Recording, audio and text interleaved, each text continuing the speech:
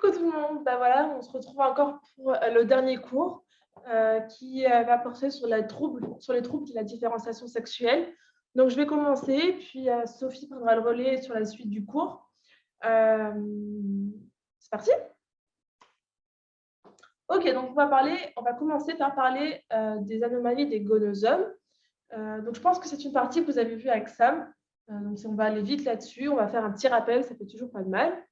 Du coup, la maladie de Klinefelter, c'est une maladie qui concerne les karyotypes 47XXY. Ça va engendrer un phénotype masculin qui va être macroscale et qui va avoir des longs bras, qui va avoir un bassin féminin et une gynécomastie. Le gynécomastie, c'est un développement d'une glande mammaire chez un homme.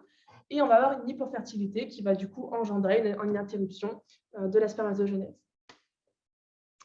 Pour la maladie de Turner, elle va concerner le karyotype 45X. Ça va engendrer un phénotype qui va être féminin avec un pterygium coli, c'est-à-dire un cou large, implanté court, large, bas. Des oreilles implantées basses, on le voit bien ici, hein, pterygium coli et tout ça, ça on le voit bien ici. Un hypertellorisme, une malformation cardiaque et rénale, une ménopause précoce. Dans 30% des cas, on peut retrouver un karyotype 46XX qui va engendrer la maladie de Turner. Pourquoi? Parce qu'en fait, on se souvient, comme Sam vous l'expliquait, qu'un des deux X chez la femme va être inactivé et du coup former un corpuscule de barre. Sauf que si jamais ce X peut présenter une anomalie et du coup ne pas être inactivé. Et ça, dans 30% des cas, ça forme une maladie de Turner. Donc, ça va, par exemple, si notre X est un isochromosome, c'est-à-dire qu'il y a une fusion des bras, ou alors que c'est un X en anneau, ça peut former une maladie de Turner.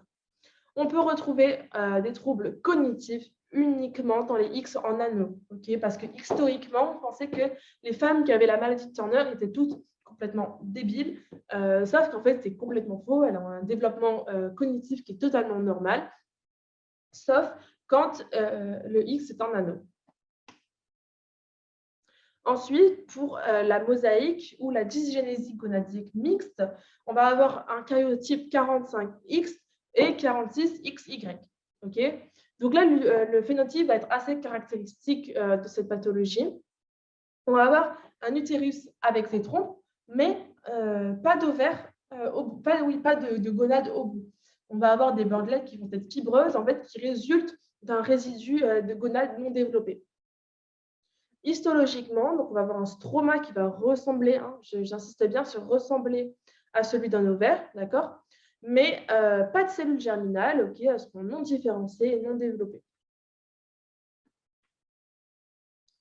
Alors, maintenant, pour l'ovotestis ou la chimère, donc là, on va avoir un vrai karyotype 46XX, 46XY.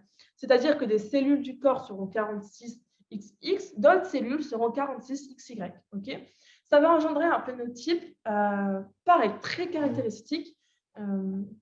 Les organes génitaux externes vont présenter donc une verge qui va être peu développée. Hein, c'est même pas un micropénis, hein, c'est très peu développé. Et un orifice vaginal ici, entouré de ces replis labioscrotaux. Okay, les gonades, elles seront en intra-abdominal, donc pas de migration des gonades. Et on va avoir une coexistence des tissus ovariens et testiculaires qui vont être totalement fonctionnels. Donc, on va avoir, par exemple, des tubes séminifères, des follicules, nos cellules, des canaux déférents, des canaux efférents, les piédidymes, tout ça, dans le même individu. Donc, histologiquement, on va retrouver des cortex ovariens avec des follicules en développement et une organisation masculine avec des tubes séminifères et des cellules de Sertoli, par exemple. Ok, donc maintenant, on va passer à des choses que vous n'avez pas encore vues. On va voir les anomalies dans la cascade moléculaire de différenciation. Okay, donc, on va d'abord commencer par parler des anomalies précoces.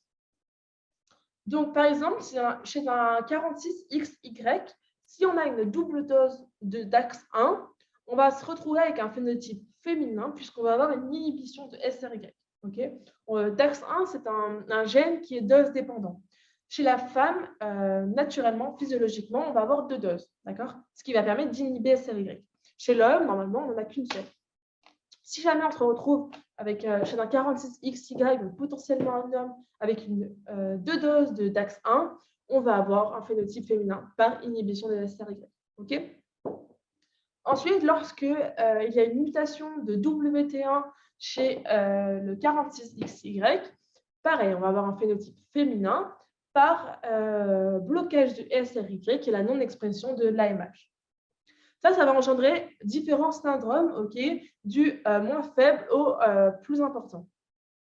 Donc, le syndrome de Frazier, donc on va avoir une DSD, c'est-à-dire qu'on va avoir un phénotype féminin, on va avoir un problème dans la différenciation, d'accord, et un syndrome néphrotique. Le syndrome de Dennis-Rage, donc un peu plus violent, DSD, sclérose glomérulaire et tumeur rénale. Et le syndrome de WARG, DSD, anéridie, retard mental et tumeur rénale. OK. Maintenant, si notre gène SF1 est muté, on va avoir une non-formation de la gonade.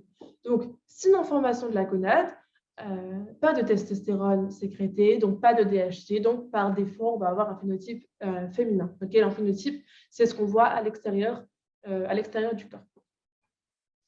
Et on va aussi avoir une insuffisance rénale. Alors, comment je faisais pour me souvenir que c'était une insuffisance rénale ici et pas une tumeur, par exemple, comme on a vu avec les syndromes au-dessus? En fait, c'est un mémo un peu zarbi, mais moi, ça marchait. Donc, si on écrit le gène 1SF à la place de SF1, en fait, si on lit bizarrement, ça peut faire insuffisance, 1SF, insuffisance rénale. J'espère que c'est clair. Et si jamais on a une mutation de SOX9 chez 46XY, on va avoir du coup pareil un phénotype féminin avec une dysplasie campoménique du membre sup, voire un nanisme.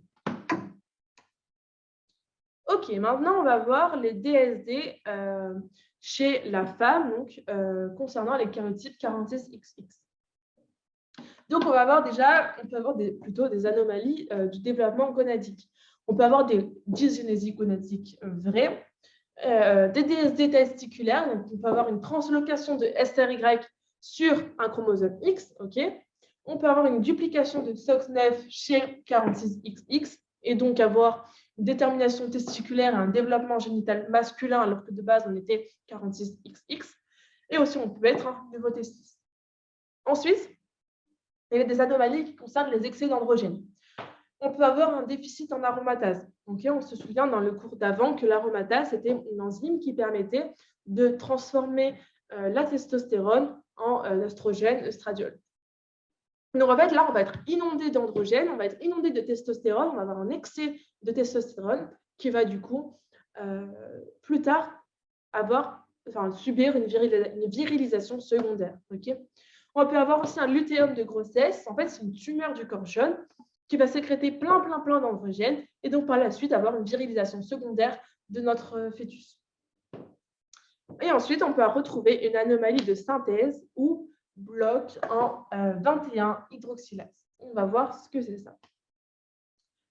Donc, l'anomalie de synthèse ou bloc en 21 hydroxylase, c'est une anomalie qui est surrénalienne et en fait qui va être une hyperplasie congénitale et surrénale.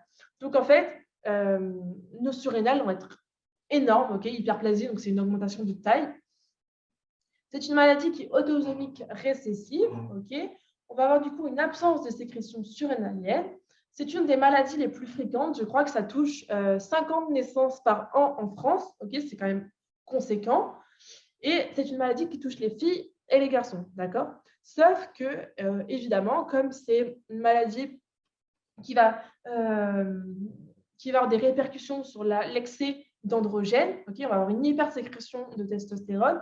Donc, en fait, chez les hommes, ça ne se verra pas, puisque de toute façon, ils ont un développement masculin. Donc, c'est plutôt chez les filles qu'il y aura des grosses répercussions, d'accord?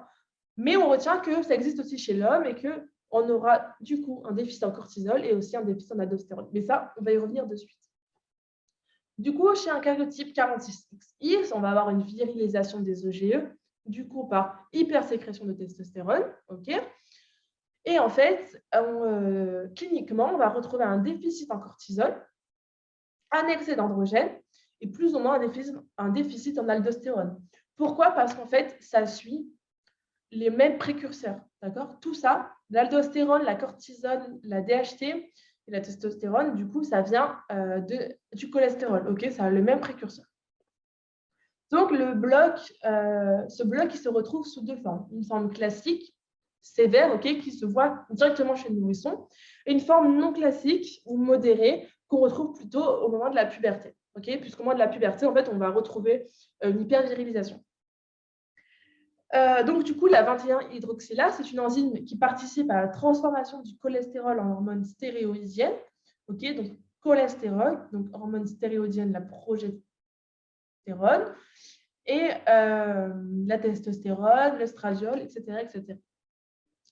Donc, en fait, si on n'a pas la 21-hydroxylase, OK, on va avoir une hypersécrétion de progestérone, une hypersécrétion de 17-OH progestérone. Donc, en fait, on va arriver à...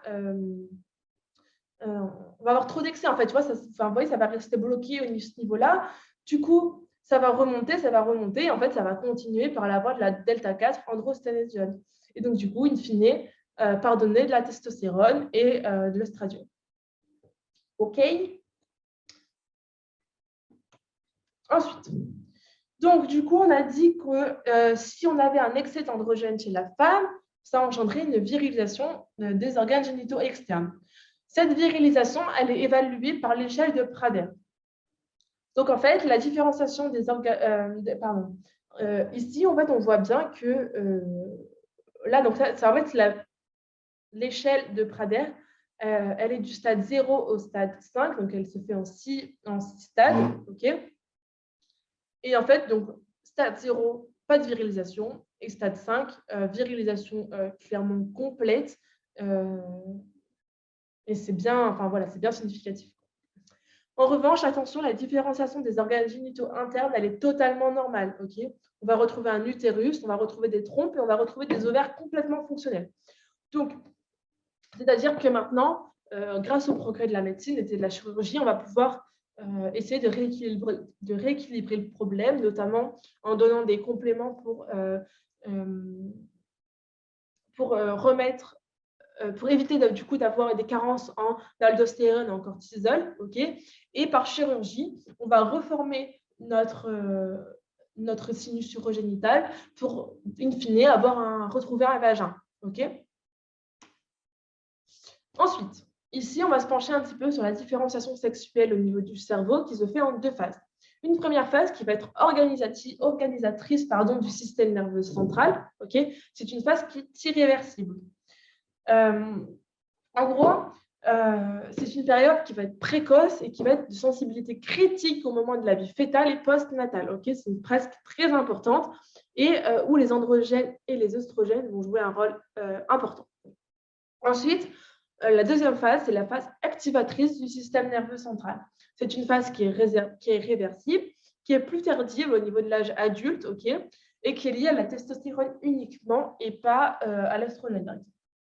C'est une phase qui conditionne la libido, qui conditionne les fantasmes, autant chez l'homme que chez la femme. Okay, donc c'est une phase qui est très importante dans la vie sexuelle de chaque individu, okay, et d'autres facteurs qui rentrent en jeu. Ensuite, donc, plusieurs anomalies ici qu'on va voir qui ne sont pas classables, notamment l'extrophie cloacale. C'est un syndrome très, très rare, qui est très grave. En fait, on va avoir une anomalie de la membrane cloacale ici. Ce qui va faire qu'on va avoir une extrophie vésicale, c'est-à-dire que la vessie va sortir du corps, en fait, et on va avoir une absence du sinus urogénital, une absence de différenciation du sinus urogénital. Pardon. Donc, ce sera ni une fille, ni un garçon. Ensuite, pour l'agénésie dérivée des dérivés mullériens, aussi appelé syndrome de Rokitansky ou syndrome MRKH, okay, donc ça va concerner les karyotypes 46XX. On va avoir un phénotype féminin, donc les organes génitaux externes seront féminins. Et un signe clinique, donc cliniquement, généralement, en fait, les femmes viennent consulter parce qu'elles ont une aménorrhée primaire, c'est-à-dire qu'elles vont avoir leurs règles pendant peut-être quelques années, et puis au final, plus de règles. Okay, Et en fait, on se rend compte qu'elles n'ont pas d'utérus, elles n'ont pas de trompe, elles nient la partie haute du vagin. D'accord? C'est-à-dire, en fait, on va avoir une anomalie au niveau de la différenciation des canaux annulaires. En revanche, justement, les femmes, elles ne voient pas tout de suite ce problème-là, puisque le développement des caractères sexuels féminins, il est complètement normal et les ovaires, ils sont complètement fonctionnels. Okay, donc, on va bien avoir les hormones qu'il faut. On va avoir une apparition de la glande mammaire. Ça, il n'y a pas de souci là-dessus. Mais en revanche, voilà, elles vont constater une absence de règles très tôt dans leur vie, du coup, qui va leur faire poser des questions. Et c'est comme ça qu'elles sont dépistées. Voilà, on le voit bien ici. Hein, pas de trompe. Voilà, il n'y a pas de trompe, pas d'utérus et pas de partie haute du vagin. Donc ça, maintenant, ça se rééduque. Hein, il n'y a pas de souci. Artificiellement et tout. Il y a eu une première greffe d'utérus il y a quelques mois maintenant. Donc, on avance là-dessus. C'est plutôt pas mal. Ok, maintenant, on va se concentrer sur les gènes. Et ça, c'est la partie la moins fun du cours, mais c'est une partie super importante et super intéressante quand on s'y penche bien. Donc, le gène WNT4, il code, WNT4, moi je l'appelle, bon.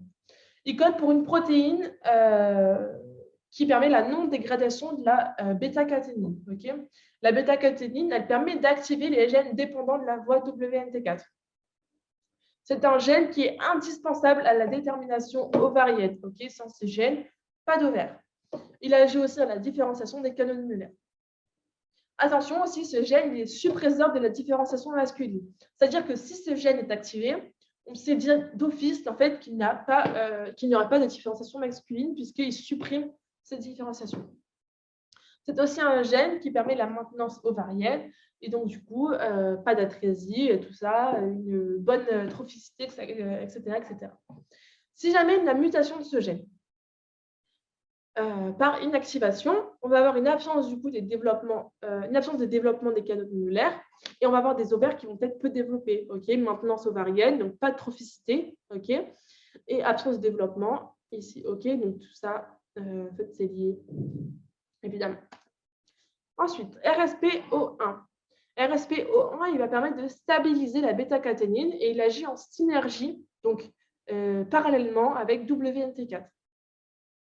RSPO1, il est indispensable pareil au développement ovarien. Okay, en revanche, lui, il n'agit pas du tout sur la voie de différenciation masculine. Okay, donc, par exemple, s'il n'a pas WNT4 mais qu'on a RSPO1, ben, on aura aussi du coup un développement des voies masculines. Du coup, s'il y a une mutation de RSPO1, on va avoir du coup une absence des dérivés mullériens, une masculinisation des OGE et aussi des organes génitaux internes. Ok. Du coup, on va avoir un début de détermination testiculaire qu'on appelle réversion sexuelle phénotypique. Là, pareil, mémo, je ne sais pas si ça a été fait exprès pour nommer le gène, mais RSP. Ok, RSP. O pour ovarien, je pense, mais voilà. Du coup, RSP, 6 mutations, réversion sexuelle phénotypique. Ensuite, dernier gène qu'on va voir, c'est le gène FOXL2. FOXL2, c'est un facteur de transcription qui est présent sur le chromosome 3 sur le bras long. Okay, quand on écrit le petit Q ici, Q, ça représente le bras long, et P, ça représente le bras court. Du coup, on va voir FOXL2 permet une différenciation ovarienne fœtale et maintient l'ovaire à l'âge adulte. Pareil, la trophicité de l'ovaire. Pareil, il est nécessaire pour obtenir un ovaire. Okay, plus. Donc, WNT4, FOXL2 et RSPO1, ils sont nécessaires pour obtenir un ovaire. Si la mutation, elle est aussi à mutation autosomique dominante, on va avoir le syndrome BPES. BPES pour blépharophimosis, ptosis, epicanthus et insuffisance ovarienne précoce.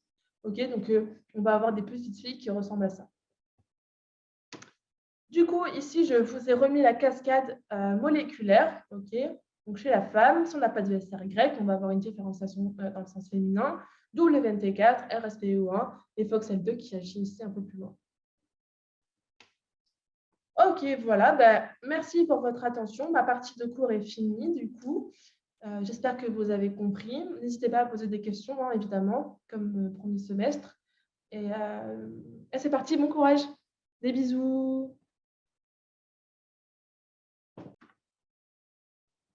Ok, c'est bon. Du coup, salut à tous, c'est Sophie, Socytocine. Là, je vais vous faire un cours sur les anomalies du développement sexuel, donc DSD, Disorder of Sex Development. Donc là, ce sera pour le cas 46XY. Nina vous fera le cas de 46XX, donc chez la femme. Hop. Donc d'abord, on va voir dysgénésie gonadique vraie. Alors, c'est une dysgénie qu'il ne faut pas confondre avec la dysgénésie gonadique mixte.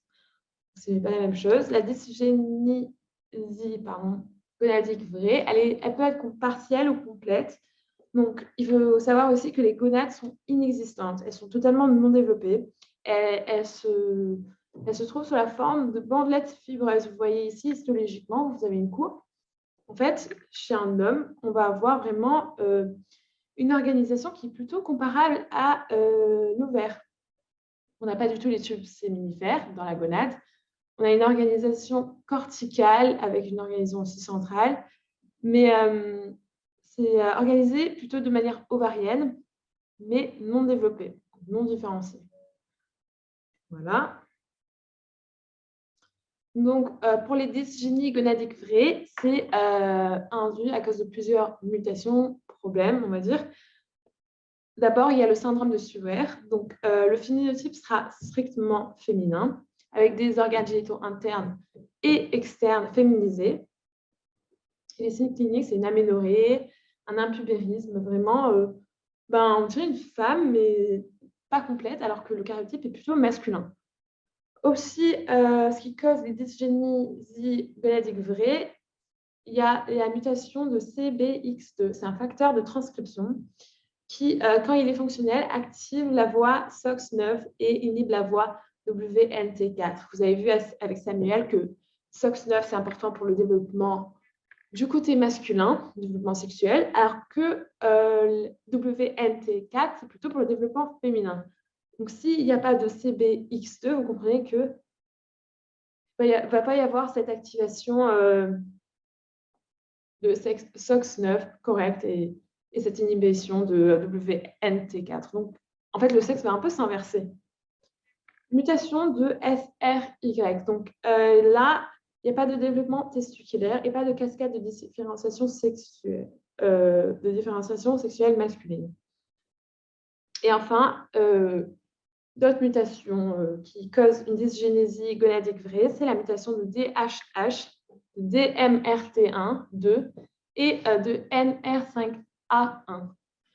Bon, c'est un peu barbare tout ça, mais le prof, il aime bien les gènes, donc malheureusement, on ne peut pas faire autrement. Ils sont là. Alors, pour simplifier un peu les choses pour vous, j'ai mis dans ma fiche en rouge les mutations et en orange leurs conséquences, pour un peu mieux visualiser tout ça.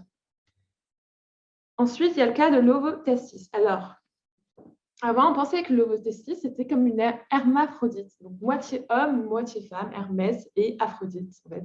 Ça vient de la mythologie grecque. Mais en fait, aujourd'hui, on sait que ce n'est pas le cas. Ce n'est pas vraiment moitié homme, moitié femme. C'est plutôt, du coup, une virilisation à cause des androgènes, la présence d'androgènes, mais aussi une féminisation, donc des développements mammaires, à cause des oestrogènes. Mais il y a un développement gonadique ovarien et testiculaire. Donc, c'est pour ça que l'ovotestis est similaire chez le karyotype 46XY ainsi que chez le karyotype 46XX. Voilà. Hop, c'est là. Ensuite, on a l'anomalie de synthèse ou d'action des androgènes. Pour vous faire un petit rappel du S1, la différenciation du tractus génital masculin dépend de deux hormones, l'AMH et la testostérone. La testostérone va ensuite se transformer en dishydrotestostérone pour permettre la différenciation du sinus urogénital. Voilà, c'est les rôles de chaque hormone. L'AMH, vous avez compris, c'est pour les canaux de Muller.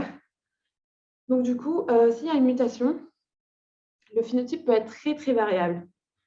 Il peut affecter les dérivés mullériens, ils peuvent être partiellement présents, absents, tout ça, on va voir ça en détail, selon l'hormone qui a été affectée. Donc, pour l'hormone AMH et son récepteur, L'AMH anti-müllerien empêche le développement des canaux mülleriennes chez l'homme. Si la mutation du gène codant pour AMH, alors non, il y a deux types de mutations, pardon. La mutation du gène codant pour AMH, donc ça c'est un gène qui est porté par le bras court du chromosome 19, et il y a la mutation du gène codant pour le récepteur de l'AMH. C'est un gène qui est porté, lui, par le bras long du chromosome 12. Vous comprenez, ils ne sont pas situés au même endroit. Dans les deux cas, de toute façon, le phénotype est masculin, mais avec une cryptorchidie bilatérale. Cryptorchidie, vous vous souvenez, c'est une non-descente des testicules au niveau de la bourse, partielle ou totale, enfin, bilatérale ou unilatérale. Là, dans ce cas-là, c'est bilatéral. Les organes génitaux internes présentent un utérus pas totalement similaire à celui d'une femme. Donc, il y a quand même un utérus, mais ce n'est pas exactement comme chez la femme. Présence de dérivés mulleriens, forcément, parce que du coup, l'AMH n'agit pas correctement. Et le canot de Wolff qui s'entremêle avec les dérivés mulleriens. Ça, c'est intéressant, vu qu'on a les deux. Vous comprenez, les deux sont présents. Ils vont s'entremêler. Vous avez une photo juste après pour vous montrer. Un peu ici, vous voyez. Donc, en T, normalement, c'est le canot de Wolff. Ici, vous voyez, ils sont emmêlés avec les canaux de Muller. Voilà. Cas de la mutation de l'AMH et de son récepteur. Je vous ai fait un petit mème. Oui, vous avez tout compris, vous allez tout comprendre, ne vous inquiétez pas. Avec la fiche, tout va bien se passer. Du coup, ensuite, l'AMH et son récepteur, donc pour continuer, histologiquement, on a ça. Deux coups qu'on voit. Et on voit en fait une organisation testiculaire avec des cellules de Sertoli. OK. Par contre, les tubes séminifères sont vides. Là, vous voyez au microscope, il n'y a rien à l'intérieur des tubes séminifères. En fait, il n'y a pas de spermatozoïdes. Puisque la température, en fait, est trop importante pour permettre la spermatogénèse. Je vous ai dit que du coup, il n'y a pas une descente des testicules au niveau de la bourse. Vous comprenez, il reste en intra-abdominal. Sauf que ça fait qu'il fait trop chaud pour la spermatogénèse. Donc, elle est inexistante. Voilà pourquoi on a ça chez cette anomalie. Ensuite, on va parler des androgènes et des récepteurs à LH. Donc, je vous refais un petit rappel. C'est important aussi de savoir. Là, je fais un cours sur les anomalies, mais à chaque fois, je vous fais des rappels du rôle de l'hormone, du gène, voilà. Parce qu'il faut avoir ces bases-là pour comprendre les anomalies. Ça ne sert à rien d'apprendre les anomalies par cœur si on ne sait pas, en cas normal, en cas physiologique, comment ça se passe. Voilà. Et en plus, c'est plus simple à retenir, il faut juste comprendre. Donc là, c'est le récepteur à LH qui est inactivé. Vous savez que la cellule dialysique n'est pas stimulée par la LH pour produire la testostérone. Du coup, dans ce cas-là, s'il est inactivé, le récepteur de LH, vous comprenez qu'il n'y a pas de production de testostérone. Voilà. Donc, il y a deux types de mutations, encore une fois, inactivatrice, soit totale du récepteur de LH, soit partielle. Du coup, ça va donner un phénotype un peu différent. Donc, chez une inactivation totale, on a un phénotype féminin et présence de bandelettes fibreuses comme dans le syndrome de Sewer. Mais attention, le tractus génital interne est masculin car il y a de l'AMH. Donc voilà, assez logique pour l'instant. Ensuite, mutation inactivatrice partielle du récepteur de LH.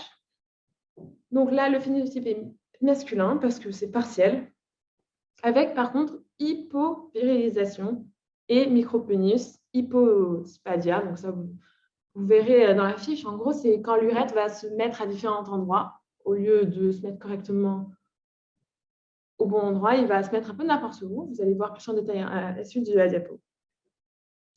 Du coup, ça peut aller de cet extrême-là à juste une azoospermie. Donc, ça veut dire une existence de spermatozoïdes, juste la personne est stérile. Donc voilà, différents niveaux pour inactivation partielle. Ensuite, pour les androgènes, donc là, tout à l'heure, on a vu les androgènes par rapport au récepteur ALH. Mais les androgènes peuvent avoir une anomalie à cause d'un bloc enzymatique, c'est-à-dire qu'il y a une absence de synthèse quelque part dans le chemin, dans le mécanisme de création des hormones. Donc là, on va voir certains cas. Voilà. Donc, il y a le bloc en 3-bêta-hydroxysuccinodéshydrogénase. Après, il y a l'anomalie de la protéine star. Vous vous souvenez, c'est la protéine qui permet le cholestérol de rentrer dans la mitochondrie. Donc, du coup, ces deux blocs, par exemple, vont faire que le phénotype sera féminin, parce qu'il n'y a pas de testostérone, mais les organes sexuels, les organes génitaux internes, Sertoli et tout ça, seront présents, ils seront masculins. Le signe clinique, c'est une insuffisance surrénale aiguë dès la naissance et des aménorrhées primaires, tractus génital, parce que le tractus génital est masculin. Donc, les blocs enzymatiques sont des blocs enzymatiques surrénaliens, rarissimes et situés très haut dans la chaîne métabolique. Voilà, ça j'ai oublié de préciser. Vous voyez ici dans le schéma, c'est typiquement des choses qui se passent à ce niveau-là et qui vont faire du coup des signes cliniques assez graves, assez extrêmes, parce que du coup, plus ça arrive haut, en fait, vous allez voir que les anomalies, plus c'est au début de la différenciation, plus elles vont être graves et marquées. Ensuite, pour les androgènes, les anomalies, pour continuer dans les anomalies des androgènes, la source peut être aussi les récepteurs aux androgènes. Du coup, on a vu que la source pouvait être les récepteurs ALH, on a vu aussi les blocs enzymatiques, donc il n'y a plus de synthèse d'hormones, juste. Et là, on va voir du coup les récepteurs aux androgènes. Donc, le gène est porté par le bras long du chromosome X. Sa mutation donne le syndrome de résistance aux androgènes, un testicule féminisant. Qu'est-ce que c'est? En fait, la mutation, les signes cliniques, c'est une aménorrhée primaire, stérilité, il y a testostérone et gonadotrophine très élevée. Parce que vous comprenez que cela, ça n'affecte pas vraiment la testostérone, c'est plutôt comment le corps reçoit la testostérone, elle va être résistante. Du coup, pour compenser, le corps ne comprend pas que les récepteurs sont non fonctionnels. Il va dire, bon, je vais rendre la testostérone encore plus élevée pour augmenter les quantités, peut-être que ça marchera. Et du coup, c'est pour ça qu'on trouve une testostérone très élevée, malgré le fait qu'elle n'arrive pas à avoir ses effets. Encore une fois, la mutation peut être partielle ou complète et ça ne donnera pas le même type de phénotype. Si elle est partielle, le phénotype est masculin, éco-virilisé et stérile, comme ce qu'on a vu tout à l'heure. Si elle est complète, le phénotype est féminin avec des organes génitaux internes masculins et un vagin borne, le développement normal des caractères secondaires féminines. Donc, il y a un développement mammaire et tout ça. Donc, ça, c'est parce qu'en fait, il y a tellement de testostérone qui est produit pour répondre au fait que le corps ne réagit pas suffisamment à la testostérone que le testostérone sera aromatisé en oestrogène. Et que le surplus de testostérone, il y aura encore plus d'oestrogène. En fait, c'est un peu un cercle vicieux. Donc, si on observe au niveau histologique, on peut retrouver la structure testiculaire. Voilà. Donc, du coup, c'est vraiment le phénotype qui est féminin dans ce cas-là, et à l'intérieur, c'est plutôt masculin. Ensuite, une autre source de problème avec les androgènes, ça peut être un défaut de transformation des androgènes. Donc là, il faut encore faire un rappel au sujet de la dishydrotestostérone qui, vous vous souvenez, permet la différenciation du sinus urogénital dans le sens masculin. Et ce n'est pas la testostérone qui fait ce rôle-là. Donc là, dans ce cas-là, la testostérone doit être réduite en DHT. C'est le rôle de l'enzyme 5-alpha réductase. Donc, si on a une mutation du gène codant pour la 5-alpha réductase, on a un phénotype féminin avec des organes génitaux internes masculins, des signes cliniques aménorrhés, non-développement mammaire, taux de testostérone restent normaux. Donc, du coup, il n'y a pas un surplus de testostérone qui conduit à avoir de l'œstrogène, donc il n'y a pas vraiment de développement mammaire dans ce cas-là, vous comprenez. Tout est logique. Si vraiment on essaie de décortiquer et de comprendre la source et on connaît les bases, c'est vraiment facile à retenir. Ensuite aussi, il y a une virilisation secondaire. Une cryptorchidie inguinale bilatérale. Là, vous voyez dans cette photo, la personne n'a pas eu sa descente de testicules au niveau des bourses, donc des deux côtés, bilatérales. Donc, pour voir plus sur ce cas-là, on a des images. En fait, il faut savoir que les blocs enzymatiques de la 5-alpha-réductase sont rarement complets. À la puberté, avec l'augmentation des taux de testostérone, il y a souvent une virilisation secondaire. C'est pour ça que tout à l'heure, on parlait de virilisation secondaire. En fait, le clitoris, qui était avant, va devenir un peu comme un pénis. En imagerie, en IRM radio, on retrouve des testicules en position inguinale, coiffés par un épididyme et un squelette masculin, bassin étroit. Voilà, vous voyez dans ces photos-là. Donc, là, on va voir d'autres anomalies du développement sexuel chez XY. Donc, il y a extrophie cloacale, extrophie vésicale et cloacuale avec non-différenciation du sinus urogénital. Voilà, c'est juste la membrane cloacale, elle est extrophiée. Du coup, le sinus urogénital ne peut pas vraiment se différencier correctement. Hypospadia. Alors ça, c'est une anomalie, je vous l'ai dit tout à l'heure, une anomalie de l'abouchement de l'urètre qui a lieu, qui va s'aboucher à l'extrémité de la verge pour s'aboucher. En fait, il faut savoir que de base, l'urètre, il s'abouche au niveau de l'extrémité de la verge. Et en fait, dans l'hypospadia, il va s'aboucher tout au long de la gouttière urétale, donc dans différents endroits. Donc, il y a des formes moins graves, là, les parties distales. Voilà. Et il y a des formes graves qui sont des parties pénoscrotales ou scrotales. En fait, au niveau du scrotum, on voit l'urètre qui s'abouche. Et le traitement, du coup, en fait, il y a une forme qui est encore plus grave, c'est la partie périnéale. Donc là, c'est périnoïde, donc c'est vraiment extrême comme cas. Et le traitement, il est par reconstitution chirurgicale de la gaine urétrale. Vous comprenez que plus la forme est grave, plus la chirurgie est délicate. Et voilà. Donc, enfin, je crois que c'est la dernière diapo, je ne sais pas. Mais c'est la dernière diapo. Donc, pour finir, cryptorchidie. Donc, cryptorchidie, on en parle beaucoup. Là, on va aller un peu dans les détails. En fait, c'est une absence de descente d'un ou deux testicules, bilatérales ou unilatérales, dans les bourses. C'est l'anomalie de différenciation sexuelle la plus fréquente, 2 à 5% des naissances. Retenez ça, c'est important. Elle se corrige généralement avant 1 an, sinon chirurgie d'abaissement testiculaire. Donc, soit elle va se corriger instantanément, juste toute seule, elle va descendre au niveau de la bourse, soit il faut intervenir chirurgicalement pour l'abaisser. Ça s'appelle orchidopexie. Voilà. Ça, c'est juste un rappel du S1. Donc, la descente testiculaire se fait normalement en 2 étapes sous la dépendance de 2 ligaments. Voilà, vous vous souvenez, la première étape, c'est l'abdomino-inguinal. En fait, là, vous avez encore l'insuline-like peptide 3, donc INS3. Mais là, c'est plus détaillé, deuxième semestre, quel ligament joue. Donc, là, il faut l'apprendre aussi, ça tombe assez souvent. Le prof aime bien. Donc, pour la première étape, c'est le ligament abdomino-inguinal et le ligament crânio-suspenseur. Et la deuxième étape, c'est le iguinoscrotal. Et ça, c'est grâce à la testostérone. Voilà, donc pour les anomalies, on a tout vu pour X, Y. C'est la fin de cette partie du cours. Nina fera la suite. En tout cas, je vous souhaite bon courage vraiment pour ce S2.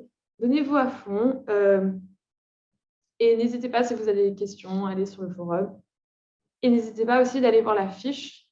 Je pense que ça permet, changer de support et tout ça, ça permet à mieux apprendre. Donc, voilà. Bisous.